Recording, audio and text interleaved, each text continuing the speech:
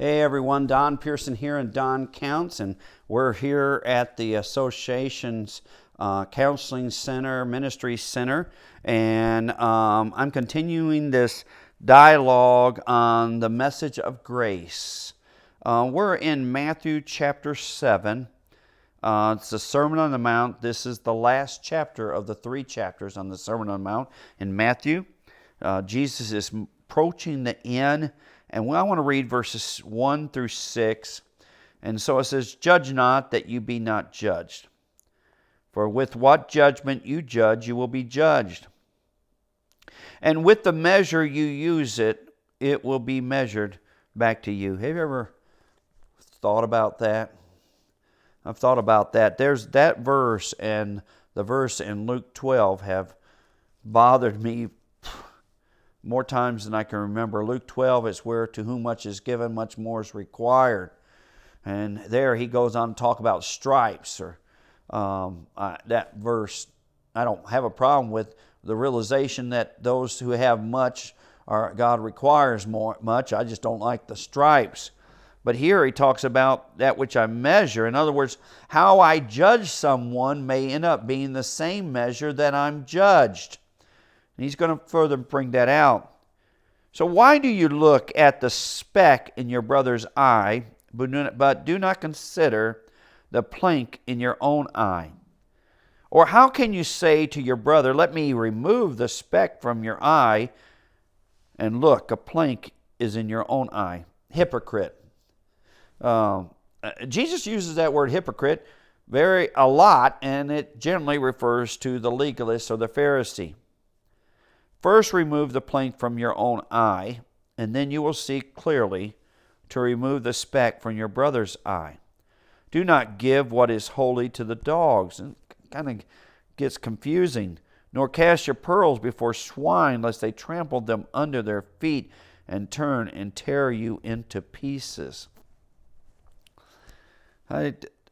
This whole section of that Jesus is talking, he's clearly talking to Jews. That's the gathering there on the Sermon on the Mount. As we've already looked at earlier in the week, he's not progressed to this message to the Gentiles yet. And his audience in the Sermon on the Mount over and over again seems to turn in the direction of the extremely religious or the Pharisees and scribes. And he does that again.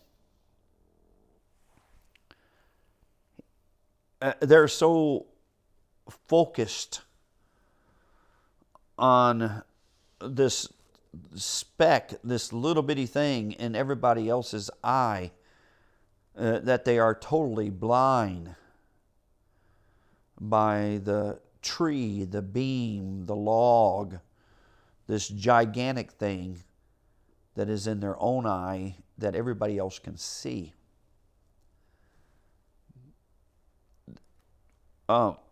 Self-righteousness, a sense of self-pride, a sense of thinking that you have arrived, that's based on something that you have done, always leads to a judging spirit of others that you believe do not measure up. You see, they are measuring others by themselves. And God basically said, by that same measurement, I will measure you. And basically the bottom line is, you come up lacking. You come up lacking quite a bit.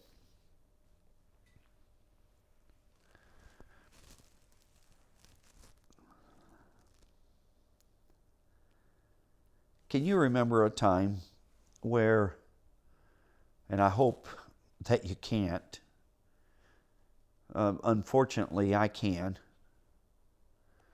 remember a time of self-righteousness in your own life based on your own philosophy or theology based on what you thought culturally was right.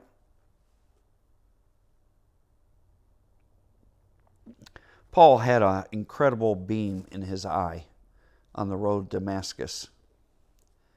He was convinced that what he was doing was what would please God. But he was wrong. Man, I have so many stories I can tell you. I'm going to use one that I used the other night, not with you, but with another group of individuals. Part of my work with the convention was traveling around to churches.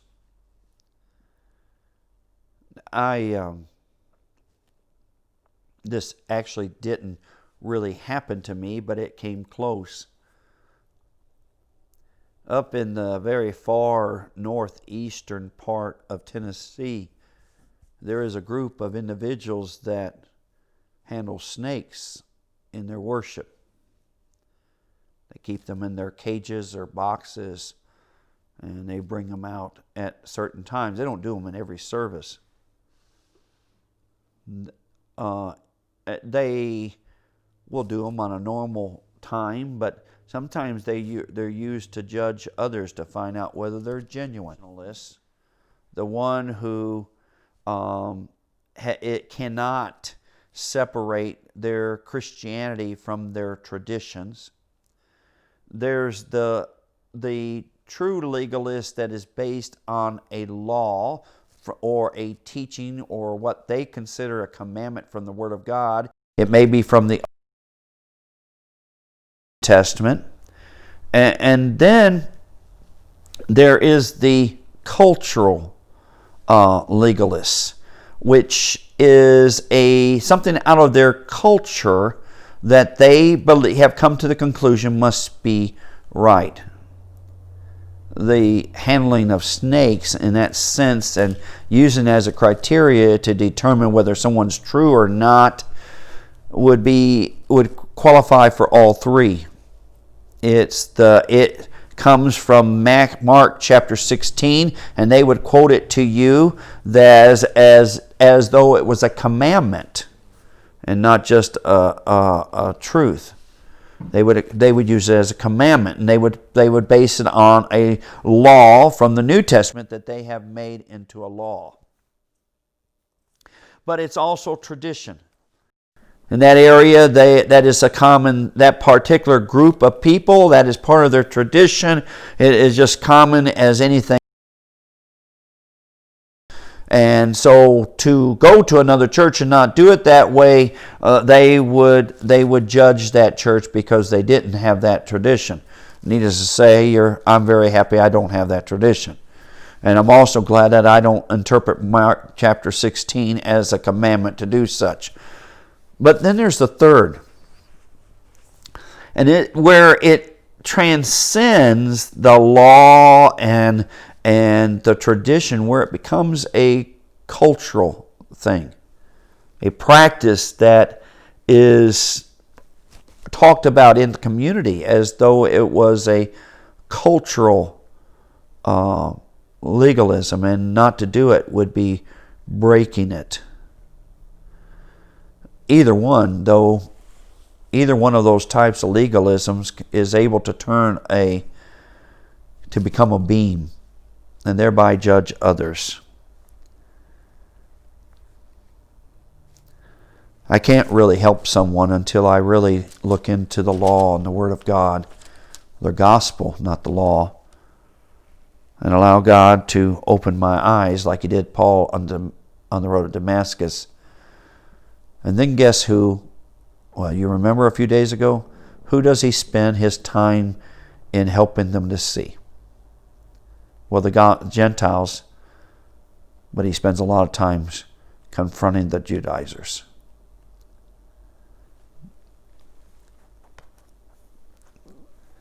The truth is, we probably all have a part of a log in our tree, in our eye. We each do. Which hinders us from being able to see clearly. Jesus is more than sufficient, my friend. Love you.